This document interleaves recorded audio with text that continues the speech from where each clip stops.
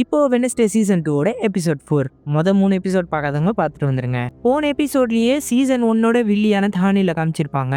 அவங்கள கூப்பிட்டு போய் டாக்டர் முன்னாடி உட்கார வைக்கிறாரு ஒரு செக்யூரிட்டி. சொல்லுங்க எப்படி இருக்கீங்கன்னு. ரொம்ப நல்லா இருக்கேன். ட்ரைலர் எப்படி இருக்கா? நான் அவனுக்கு அம்மா மாதிரி, என்ன அவன் இல்லாம கண்ட்ரோலே பண்ண முடியாதுன்ற மாதிரிலாம் பேசுவாங்க.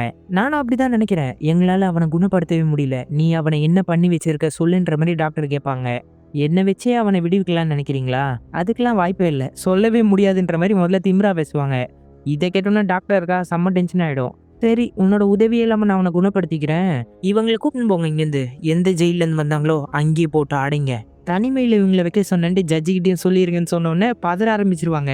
சரி, எனக்கு புரியுது, நான் உனக்கு உதவி பண்ண ரெடியா இருக்கேன். ஆனா அதுக்கு முன்னாடி நான் ட்ரைலரை பார்க்கணும். அடுத்த சீன்லேயே டாக்டர் ட்ரைலர் இருக்கிற இடத்தாண்ட கூப்பிட்டு போறாங்க. லாக்அப்லாம் ரிலீஸ் பண்ண சொல்றாங்க. சரின்ட்டு ரிலீஸ் பண்ணிட்டு ட்ரைலர் பக்கத்துல போயிட்டு, அம்மா வந்துட்டேன்னு சொல்லும், ரொம்ப கஷ்டப்படுறியா அப்படின்ற மாதிரி பேசுவாங்க. ட்ரைலரும் ரொம்ப பாசத்தோட வர மாதிரி அப்படி பக்கத்துல வருவான். உடனே ஹைடா மாதிரி அவங்களோட கழுத்தை பிடிச்சி தூக்கிடுவானா. ஷாக் தரலான்னு போவான் செக்யூரிட்டி. டாக்டர் வேணா தராத, தானிலுக்கு டேமேஜ் ஆயிடும்ன்ற மாதிரி சொல்லுவாங்க.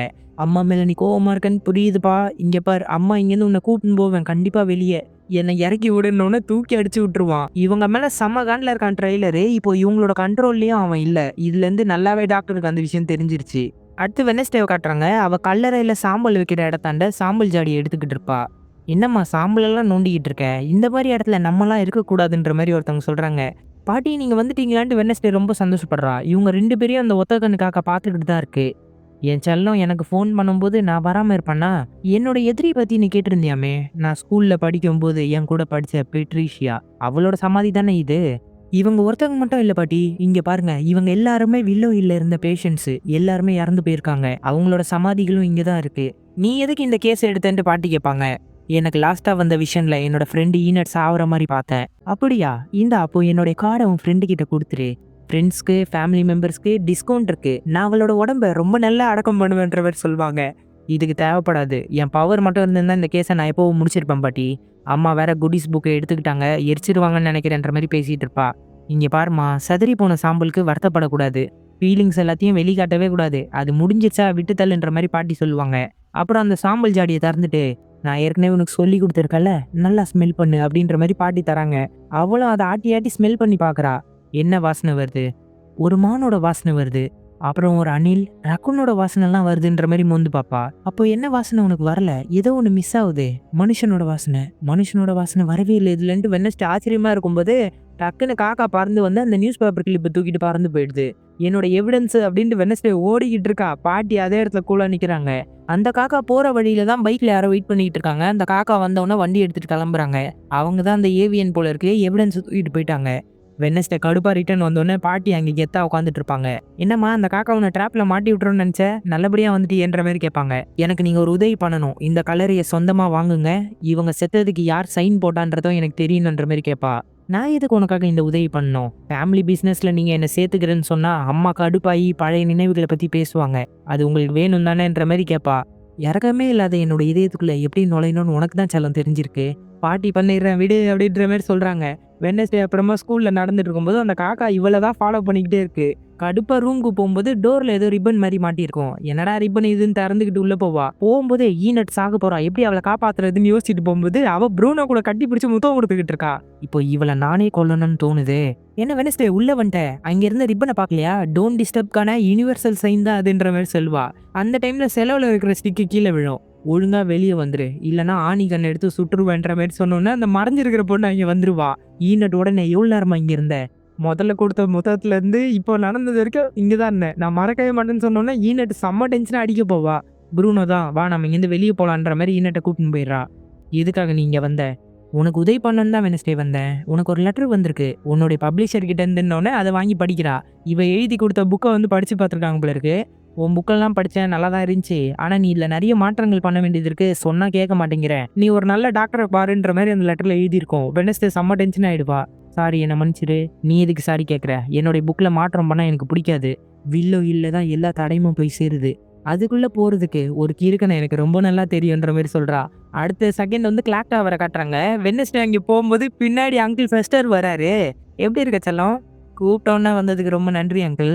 நீ கூப்பிட்டு நான் வராமல் இருப்பேனா? சொல்லு அங்கிள், என்ன பண்ணணும்? நீங்கள் வில்லோ ஹில்குள்ளே போகணும். வில்லோ ஹில்குள்ள போகணுமா? கடைசியா அவன் அம்மா சொல்லி தான் நான் போனேன். அவளோட தங்கச்சி ஒபிலியா எப்படி இருக்கான்னு பார்த்துட்டு வர சொன்னான்ற மாதிரி சொல்வாரு. என்ன ஆன்ட்டி ஒபிலியா அங்கே இருந்தாங்களான்ற மாதிரி ஆச்சரியமா வெட்னஸ்டே கேட்குறா. இவர் அப்படியே பேசிக்கிட்டே கரண்ட் ஷாக் பின்னாடி தராரு. பார்த்தா அந்த மறைஞ்சிட்டு இருக்க பொண்ணு அங்கே தான் இருக்கா. கண்டுபிடிச்சிட்டாரு. என்னை யாருமே ஏமாற்ற முடியாது. இவ யாருன்ன உடனே, இவ என்னோட அசிஸ்டன்ட், என்னை ஃபாலோ பண்ணிக்கிட்டு இருக்கா. இவளை எடுபடியா யூஸ் பண்ணிக்கிறேன்ட்டு வெட்னஸ்டே சொல்வா. இவ வந்து வில்லோ ஹில்கான ப்ளூ பிரிண்ட் கொண்டு வந்திருப்பா. அது அங்கிள் கிட்ட கொடுத்துட்டு, நீங்க உள்ள போய் லூயிஸை கண்டுபிடிக்கணும். அவங்க யாரா வேணா இருக்கலாம். டாக்டரா இருக்கலாம், இல்ல பேஷண்டா இருக்கலாம். முக்கியமா இங்க இருக்கிற டாக்டர் ஃபெர்பனுக்கு நான் இந்த விஷயத்துல சம்மந்தப்பட்டிருக்கேன்ட்டு தெரியக்கூடாதுன்னு சொல்லி அனுப்புறா. சரி செல்லம், நான் பாத்துக்கிறேன்ட்டு இவர் கிளம்பி ஸ்ட்ரைட்டா ஒரு ஹோட்டல் ரூமுக்கு போறாரு. எனக்கு ஒரு ரூம் வேணுன்ற மாதிரி கார்டை காட்டுறாரு. சரி, உங்க ஏடிஎம் கார்டு தரீங்களான்னொன்னே, தேவையில்ல, நான் காசாவே கொடுத்துறேன்னு காசு தராரு. அந்த காசு ஃபுல்லா கரையா இருக்கு. அதை கொடுத்துட்டு ரூமை ரெண்ட்ல எடுத்துட்டு ஸ்டேட்டா பண்ணிட்டு இருக்காருங்க ரூமுக்குள்ள. வெளியே இருக்கிறவங்களாம், என்னையா சத்தம் கேட்குது, பூகம்பமே வந்துரும்ல இருக்குன்னு பயந்து கீழே வந்து ரிசப்ஷன்ல சொல்லிட்டு இருக்காங்க. அவங்களும் உடனே போலீஸ்க்கு கால் பண்ணி, இங்க கொஞ்சம் வரீங்களா, ஒருத்தர் மேல சந்தேகம் இருக்குன்ட்டு கூப்பிடுறாங்க. அவங்க வந்த உடனே கண்டுபிடிச்சிடுறாங்க. கண்டிப்பா அந்த ஃபெஸ்டரா தான் இருப்பான். அவன் நிறைய கொள்ளை அடிச்சிருக்கான். அவனை எப்படியாவது கண்டுபிடிச்சே ஆகணும். பிரிஞ்சு போய் தேடுங்கன்ற மாதிரி சொல்லிட்டு கரெக்டா அந்த ரூம் கிட்ட போறாங்க. அதே டைம்ல 302 ரூமை வந்து ஒரு போலீஸ்காரர் திறக்கிறாரு. இங்கதான் பிரியங்காவோட அம்மா இருக்காங்க. நீங்க எப்படி உள்ள இருக்கீங்க? இந்த ரூம் செக்கினே ஆகலையே, யார் நீங்கன்ற மாதிரி கேள்வி கேட்கிறாரு. அடுத்து ஷெரீஃப் ஸ்ட்ரைட்டா ரூம் கதை உடச்சிக்கிட்டு உள்ள போனா பாத்ரூம்குள்ள இருந்து பாட்டு பாடுற சத்தம். பாத்ரூம் டோரி அடிச்சுக்கிட்டு உள்ள போனா நொரத்தல்ல குளிச்சுக்கிட்டு இருக்காரு. கைய மேல தூக்குங்க. 2 வாத்து பொம்மையோட கைய மேல தூக்கி சிரிச்சுக்கிட்டு இருக்காரு. அடுத்து என்ன, போலீஸ் ஸ்டேஷன்ல உட்கார வச்சு விசாரிக்கிறாங்க. உங்ககிட்ட 18 பாஸ்போர்ட் இருக்கு, 33 டிரைவிங் லைசன்ஸ் இருக்கு, எல்லாமே வேற வேற பேர்ல. எதுக்கு இதெல்லாம்? நான் உலகம் ஃபுல்லா சுத்துவேங்க, அதுக்காக தான் அப்படின்ற மாதிரி இவரோட பழங்காலத்து கதையெல்லாம் சொல்லிக்கிட்டு இருக்காரு. அது மட்டும் இல்லாம அங்க இருக்கிற கள்ளி செடி எடுத்து தின்னுட்டு இருக்காரு. இதெல்லாம் பார்த்தோன்னே, டாக்டர் ஃபெர்பனுக்கு கால் பண்ணுங்க, இவன் பைத்தியமான்னு செக் பண்ணுன்ற மாதிரி சொல்றாங்க. அந்த போலீஸ்காரும், சரி நான் கால் பண்றேன், ஆனா இவன் மட்டும் பிரச்சனை இல்லை, அங்க இருக்காங்களே லேடி, அவங்க ரூமே செக் இன் பண்ணாம அந்த ரூம்குள்ள இருந்திருக்காங்க, அவங்க கிட்ட எந்த டாக்குமெண்ட்டும் இல்லை, அவங்களையும் நம்ம விசாரிக்கணுன்ற மாதிரி சொல்லிட்டு இருக்காரு. அடுத்து ஸ்கூல்ல காட்டுறாங்க. பிரின்சிபல் வந்து ரொம்ப நாளாவே ஒரு ஈவெண்ட்டை நடத்த போறேன்னு சொல்லிட்டு இருக்காரு. அதனாலதான் வெட்னஸ்டே அம்மா வேற ஃபண்ட்ரைசிங் கமிட்டியில சேர்த்திருப்பாரு. அந்த ஈவெண்ட்டோட பேர் வந்து கேலா.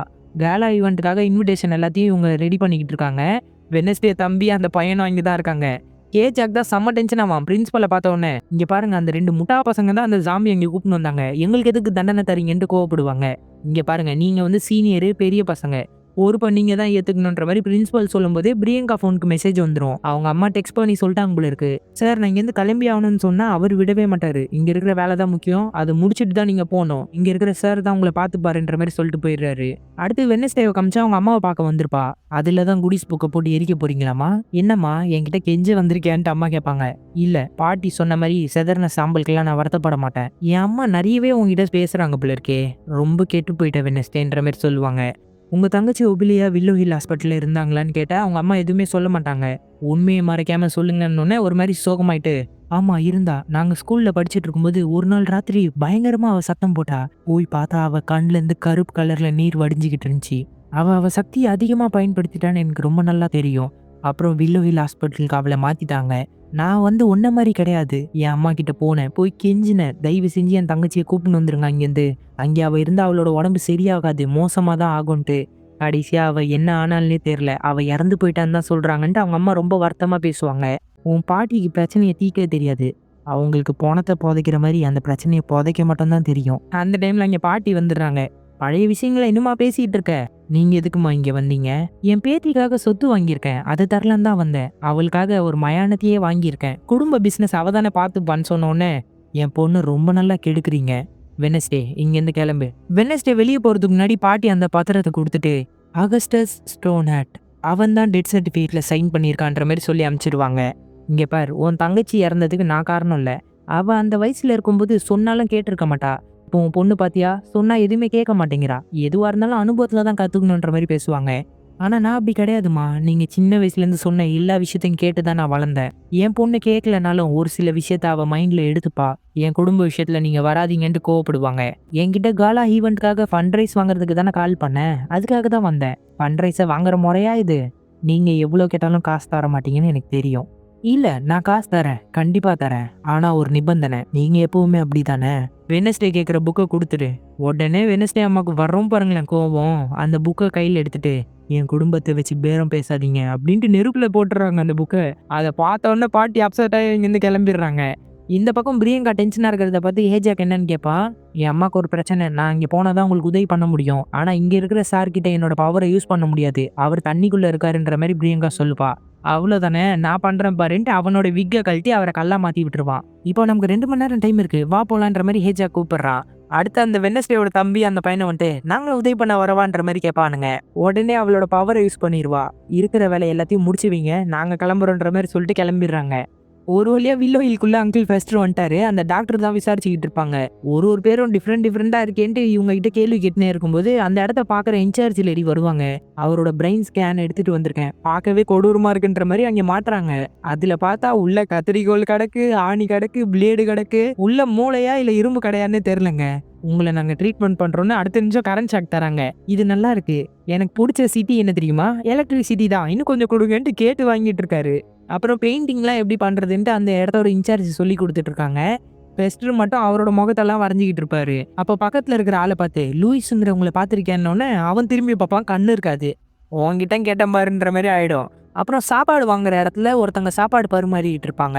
அவங்களுடைய நேம் டேக்ல வந்து லூயிஸுங்கிற மாதிரி எழுதியிருக்கும், ஆனால் கொஞ்சம் கொஞ்சம் சாப்பாடுனால மறைஞ்சிருக்கும்.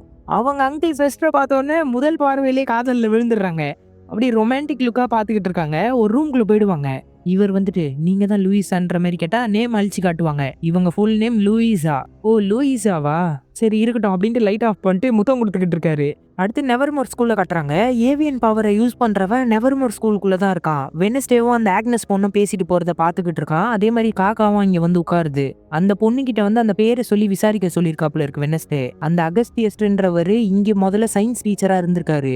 அது மட்டும் இல்லாம வில்லோ ஹில்ல அவர் ஒரு டாக்டராகவும் இருந்திருக்காரு. அவர் நார்மலான மனுஷன் தான்ற மாதிரி இந்த பொண்ணு ஃபுல் ரிப்போர்ட்டும் கொடுத்துக்கிட்டு இருக்கா. இப்போ அவர் எங்க இருக்காரு, அவர் மனநிலை சரியில்லாம அதே ஹாஸ்பிட்டல்ல தான் இருக்காருன்ற மாதிரி நியூஸ் பேப்பரை காட்டுறா. அப்போ ஈனட்டு வா வெட்னஸ்டே சாப்பிடலான்ற மாதிரி கூப்பிட்டா அந்த பொண்ணு மறைஞ்சு போயிடுவா. சாப்பிடலாம் எனக்கு நேரம் இல்லைன்ட்டு சொல்லிட்டு திங்க கூப்பிடுறா. திங் கிட்ட எப்படியாவது நீ வில்லோ ஹில்க்கு போய் ஆகணும், அங்கிள் ஃபெஸ்டர் கிட்ட அகஸ்தியஸ்ன்ற ஆளை மட்டும் கண்டுபிடிக்க சொல்லு, அவரை கண்டுபிடிச்சா லூயிஸை கண்டுபிடிச்சிடலான்ற மாதிரி சொல்லிக்கிட்டு இருக்கா.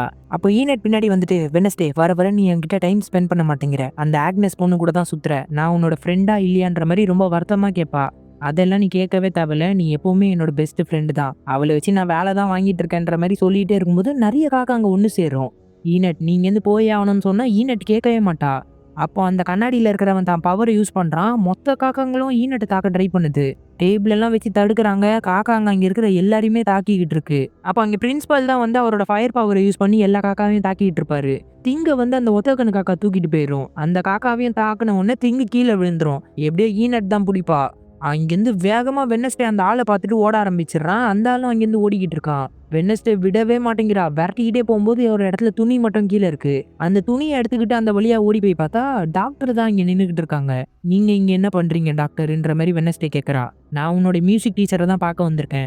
பேஷண்ட் எல்லாருக்குமே ஒரு மியூசிக் தெரப்பி கொடுத்தா நல்லா இருக்கும், அவங்கள இன்வைட் பண்ண தான் நான் வந்தேன்ற மாதிரி வெட்னஸ்டே கிட்ட சொல்லிட்டு இருக்காங்க. வெட்னஸ்டே அந்த டாக்டர் தான் ஏவியன்ன்ற மாதிரி சந்தேகப்படுறா. அப்போ பின்னாடி மியூசிக் டீச்சர் டீ எடுத்துக்கிட்டு வராங்க. டீ குடிக்கலாம் எனக்கு டைம் இல்லை, என் கூட வந்தவங்க சீக்கிரம் கிளம்பணுன்ற மாதிரி சொல்கிறாங்க. நான் இங்கேருந்து கிளம்புறேன், எப்படியாவது மியூசிக் கான்சர்ட்டுக்கு மட்டும் வந்துருங்கன்ற மாதிரி சொல்லிட்டு போயிடுறாங்க. அந்த மியூசிக் டீச்சருக்கு பார்த்தா பயங்கரமாக மூச்சு வாங்குது. எதுக்கு உங்களுக்கு மூச்சு வாங்குது? இல்லை நிறைய வேலை இருந்துச்சுல அதனால தான் மூச்சு வாங்குது. நீ என்ன காலா ஈவெண்ட்ல செல்ல வாசிக்க போறியா இல்லையான்ற மாதிரி கேட்பாங்க. கண்டிப்பாக வாசிக்கிறேன்ற மாதிரி சொல்லிட்டு வெட்னஸ்டே அங்கேருந்து கிளம்புறா. இப்போ வெட்னஸ்டேக்கு இவங்க மேலேயும் ஒரு சந்தேகம் வந்துருச்சு. அடுத்து பிரியங்கா போலீஸ் ஸ்டேஷனுக்கு போயிடுறா. ஓ இவங்களோட பொண்ணு தானா நீ என்னொன்னு? ஆமா நான் உங்ககிட்ட கொஞ்சம் தனியா பேசணும்னு 2 பேரையும் தனியா கூப்பிட்டா அவளோட பவரை யூஸ் பண்ணிடுறா. எங்க அம்மாவை நீங்க இப்போவே அனுப்பணும், எல்லா கேஸ் டீட்டெயில்ஸையும் அழிச்சிடணும், நான் இங்கே வந்ததையும் மறந்துடணும்னு சொன்னோன்னே அவங்க அங்கேருந்து கிளம்பி போயிடுறாங்க. அடுத்து அந்த டாக்டரு கூட இன்சார்ஜ் லேடியும் வந்திருக்காங்க. கார் எடுத்துட்டு அவங்க கிளம்பிட்டு இருக்காங்க ஹாஸ்பிட்டலுக்கு. அந்த கார்லேயே வந்து திங்கி ஏறிட்டு வில்லோ ஹில்க்கு போயிட்டு இருக்கான். அப்போ பின்னாடி தான் வெட்னஸ்டேயோட அம்மா நிற்கிறாங்க. வெட்னஸ்டே உன்னோட விஷன்ல நீ பார்த்தது ஈனட் சாகிறது, நிறைய காக கூட்டம். இன்னைக்கு அதே காக கூட்டம் வந்து ஈனட்டை தாக்க ட்ரை பண்ணியிருக்கு. போதும் நிறுத்து, நீ இதை ஃபாலோ பண்ணிட்டு போறதுனால தான் இந்த பிரச்சனை பெருசாகுதுன்னு நான் நினைக்கிறேன். நீ இந்த விஷயத்த பின்தொடராம இருந்தாலே நார்மலா எல்லாமே முடிஞ்சிடும், நீ இதை ஸ்டாப் பண்ணாலே போதும்ன்ற மாதிரி அவங்க அம்மா சொல்றாங்க. ஆனா வெட்னஸ்டேவா அதை கேப்பா, முடியாதுன்ற மாதிரி சொல்லிட்டாங்க, இருந்து கிளம்பிடுறா. அடுத்து வில்லோ ஹில்குள்ள வந்து திங் வந்துடுறான். திங் வந்து ஃபெஸ்டர் கிட்ட எல்லா விஷயத்தையும் சொல்லிடுறான். அகஸ்டியனுங்கிற ஆளை கண்டுபிடி, லூயிஸ் தானா கடிப்பான்னு சொன்னோடனே ஓகே அப்படின்ட்டு செக்யூரிட்டியை பார்த்து அகஸ்டியனுங்கிற ஆளை பத்தி உனக்கு தெரியுமான்னு கேட்டோன்னே வா கூப்பிட்டு போய் காட்டுறேன்ட்டு அந்த வயசான ஆளை கூப்பிட்டு போய் காட்டுறாரு. அவர் ஒரே இடத்துல தான் உட்காந்துட்டு இருப்பாரு, அவர் பேசவே மாட்டாரு. அவர்கிட்ட ஒரு கிளி இருக்கும், அது மட்டும் ஓவரா வாயாடும். பாத்துக்க, நான் வரதுக்கு முன்னாடி இருந்தே அவர் இதே மாதிரி தான் இருந்தாரு. அப்புறம் கடைசியா பேசி முடிச்சுட்டு 103 தான் அவரோட ரூம் நம்பர். ஒரு 10 நிமிஷத்துல அவரை கூட்டிட்டு போய் அதே இடத்துல விட்டுருன்ற மாதிரி செக்யூரிட்டி சொல்லிட்டு அங்கிருந்து போயிடுறாரு. ஃபெஸ்டர் போய் அவர்கிட்ட லூயிஸை பத்தி தெரியுமான்னு கேட்டா அவர் பேசவே மாட்டாரு. அந்த கிளி முட்டா பையில போடா இங்கிருந்து திட்டம். யாரடா முட்டா பையன்ற, ஒன்ன தாண்டா வேகாத மண்டையாண்டு என்னென்னவோ திட்டம். இவனுக்கு செம்ம கடுப்பாய் கரண்ட் ஷாக் கொடுத்து ஒழுங்கா உண்மையை சொல்றியா இல்ல உன்னை வேக வச்சு தின்னவான்னு கேட்டோன்னே சொல்றேன் 51971ன்ற மாதிரி ஏதோ பாஸ்வேர்டு மட்டும் அந்த கிளி சொல்லிக்கிட்டே இருக்கும். அடுத்து வெனஸ்டே அந்த கண்ணாடி கூடுவைக்குள்ள இருக்கிற டீச்சரை போய் பாப்பா. பார்த்துட்டு அகஸ்டியனை பத்தி உங்களுக்கு தெரியுமா, இங்கதான் அவர் சயின்ஸ் டீச்சரா இருந்தாருன்ற மாதிரி சொல்லுவா. ஆமா இருந்தான், அவனை எனக்கு சுத்தமா பிடிக்காது, ஏன்னா அவன் ஒரு மனுஷன், நார்மிஸ் எனக்கு எப்பவுமே பிடிக்காதுன்ற மாதிரி சொல்லுவாரு.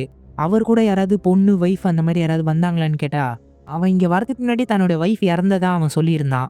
அவருக்கு ஒரே ஒரு பொண்ணு மட்டும் இருந்தா, அந்த பொண்ணோட பேர் என்னன்னு தான் எனக்கு தெரியலன்ற மாதிரி இவர் சொல்லிட்டு இருக்காரு. இதுல இருந்தே வெனஸ்டேக்கு ஓரளவுக்கு புரிஞ்சிருச்சு அந்த அகஸ்டியனோட பொண்ணு தான் இப்போ எல்லா வேலையும் பார்த்துக்கிட்டு இருக்கான்ட்டு. இந்த பக்கம் ஏஜாக்கு வந்து பிரியங்காவோட அம்மாவை ஒரு இடத்துல ஒளிய வைக்கலான்ட்டு பழைய ஸ்கூலுக்கு கூப்பிட்டு போயிட்டு இருக்கான். இவங்க பிரின்சிபலோட பேக் சைட் ரூம் வழியா போறாங்க போல இருக்கு. அங்கே போகும்போது ஏஜாக்கோட ஃபோன் அடிச்சிருது. அவர் டவுட்ல வெளியே வந்து பார்த்தா வேற இடத்துல ஒளிஞ்சிக்கிறாங்க. அப்புறம் ஃபெஸ்டர் வந்து அவரை தள்ளிட்டு போயிட்டு இருக்கும்போது தஹானில் வந்து அவரை பார்த்துடுறா. பார்த்தவொன்னே தெரிஞ்சிருச்சு என்ன ஆடம்ஸ் ஃபேமிலியை சேர்ந்தவனான்ட்டு கடுப்பாவரா. அதே மாதிரி அந்த தாத்தாவை தள்ளிட்டு போயிட்டு இருக்கும்போது லூயிஸ்ன்ட்டு ஒரு ரூமை பார்த்து கை காமிச்சிக்கிட்டே இருக்காரு. ரொம்ப நன்றி தாத்தா, நீங்க போய் படுங்கன்ற மாதிரி தாத்தாவை படுக்க வச்சுட்டு அந்த ரூமை நோக்கி போயிட்டு இருக்காரு.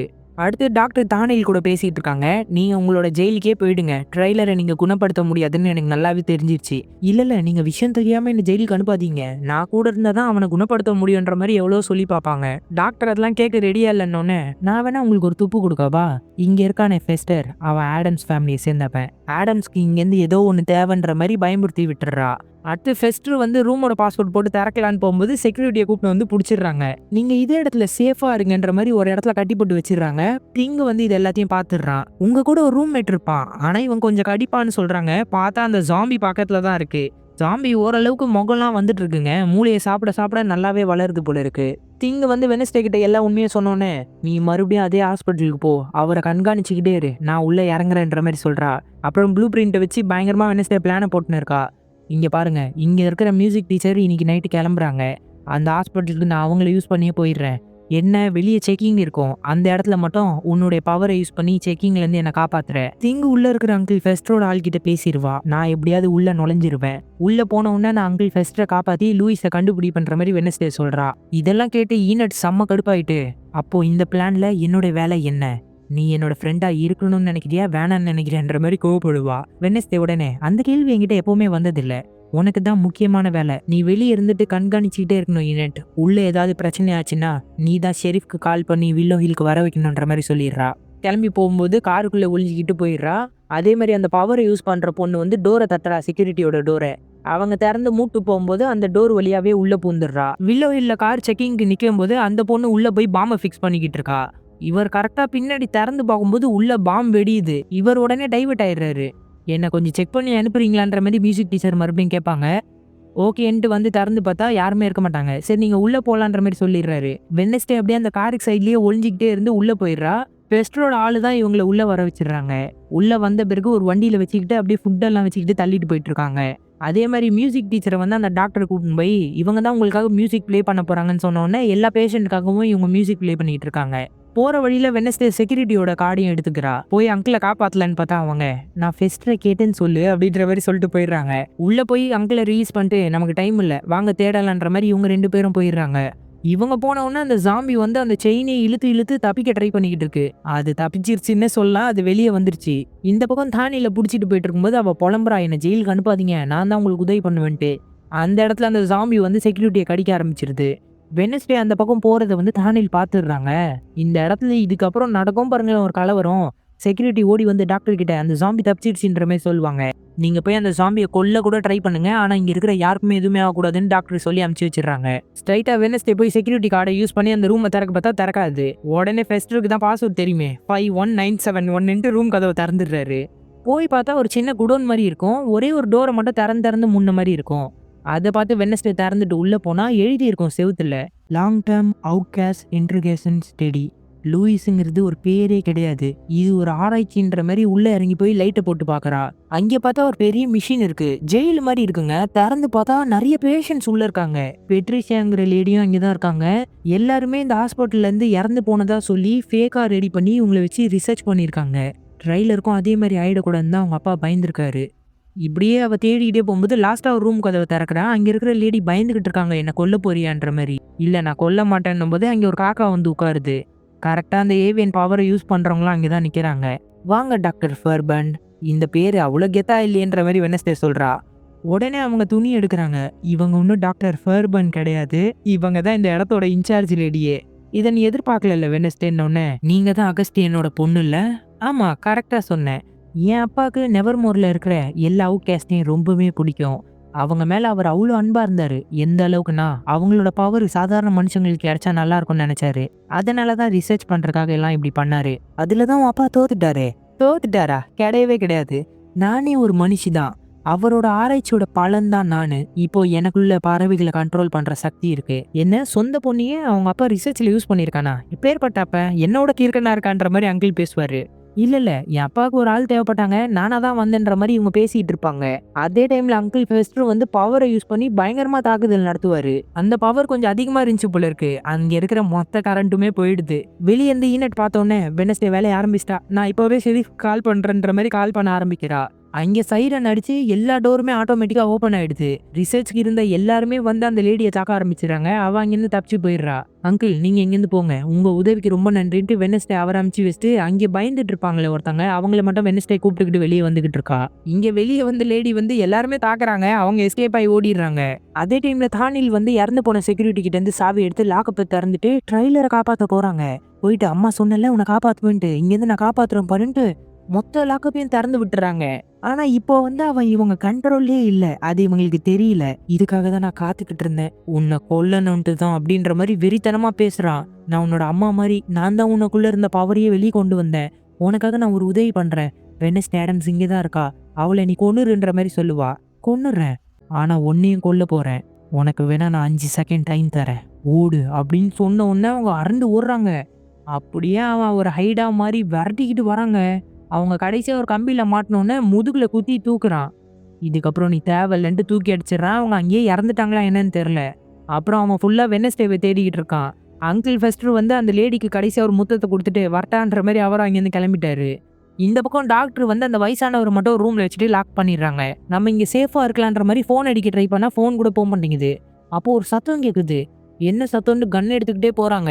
இதே ரூம்குள்ள தான் அந்த ஜாம்பி இருக்குங்க. ஜாம்பி இவங்களை பிடிச்சி மூளையை தின்ன ஆரம்பிச்சிருது. கடைசியா அந்த வயசானவர்கிட்ட வந்துட்டு ஹலோ மை ஓல்டு ஃப்ரெண்ட் அப்படின்ட்டு அவரோட மூளையும் சாப்பிடுது. இது மூளையை சாப்பிட சாப்பிட தெளிவான ஒரு மனுஷனா மாறிக்கிட்டே வருது. அடுத்து வெனஸ்டே அவங்கள வெளியே கூப்பிட்டு வரும்போது ஹைட பாத்துடுறா. இங்கேருந்து நீங்க போங்கன்ற மாதிரி அந்த லேடியை மட்டும் அமுச்சு வச்சிடுறா.